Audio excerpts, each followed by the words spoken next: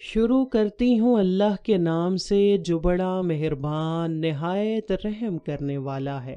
ایک دفعہ حضرت عمر اور حضرت علی اکٹھے بیٹھے ہوئے تھے کہ ان کے پاس ایک آدمی آ کر بیٹھ گیا۔ اس بندے کی آنکھیں نم اور زبان پر اللہ تعالیٰ کا ذکر جاری تھا۔ حضرت عمر نے اس بندے سے پوچھا، اے اللہ کے بندے، تم نے اپنا دن کیسے گزارا؟ اس بندے نے جواب دیا کہ میرے پاس زمین میں وہ چیز موجود ہے جو آسمانوں پر خدا کے پاس موجود نہیں ہے۔ میں حق بات کرنے سے کراہت محسوس کرتا ہوں، میں فتنے کو پسند کرتا ہوں۔ اس بندے کی زبان سے یہ الفاظ سنتے ہی حضرت عمر جو خلیفہ کی مسند پر تھے، غصے میں آ کر اس بندے کو سزا دینے پر آمادہ ہو گئے۔ اس بندے کو سزا دینے کا فیصلہ کر لیا، لیکن حضرت عمر کو غصے میں دیکھ کر حضرت مولا علی مسکراتے ہوئے بولے، اس آدمی نے جو کہا ہے کہ میں فتنے کو پسند کرتا ہوں، اس بندے نے فتنے سے مراد دنیا کی دولت اور اولاد سے لی ہے،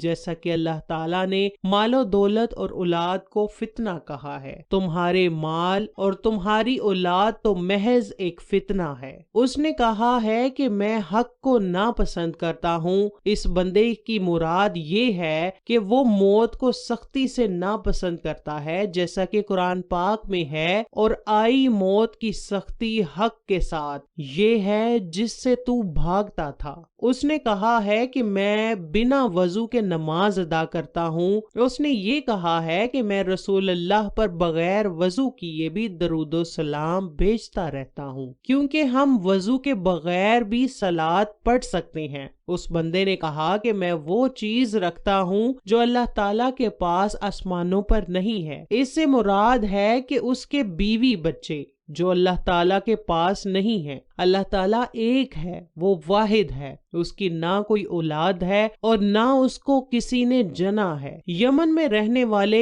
ایک بندے نے اپنے بیٹے کے ساتھ ایک غلام کو سفر پر روانہ کیا۔ سفر کو طے کرتے ہوئے غلام اور اس کے بیٹے میں کسی بات کو لے کر جھگڑا ہو گیا۔ کوفہ جا کر غلام نے مشہور کر دیا کہ میں اس کا آقا ہوں، یہ لڑکا میرا غلام ہے۔ یہ کہہ کر غلام نے اپنے آقا کے بیٹے کو فروخت کرنا چاہا۔ یہ مقدمہ مولا علی کے دربار میں پہنچا تو مولا علی نے حکم دیا کہ کمرے کی ایک دیوار میں 2 بڑے بڑے سوراخ کرو۔ جب دیوار میں سوراخ ہو گئے تو مولا علی نے ان دونوں کو حکم دیا کہ دیوار کے سوراخوں میں اپنا اپنا سر گزارو۔ جب دیوار سے دونوں کے سر باہر دکھائی دیے تو مولا علی نے ایک غلام کو حکم دیا کہ آقا و دو جہاں حضرت محمد صلی اللہ علیہ وآلہ وسلم کی تلوار لاؤ۔ آپ نے اپنے غلام کو حکم دیا کہ ان دونوں کی تلوار سے سر قلم کر دو۔ مولا علی کے منہ سے یہ الفاظ سنتے ہی غلام نے ڈر کے مارے اپنا سر دیوار سے پیچھے ہٹا لیا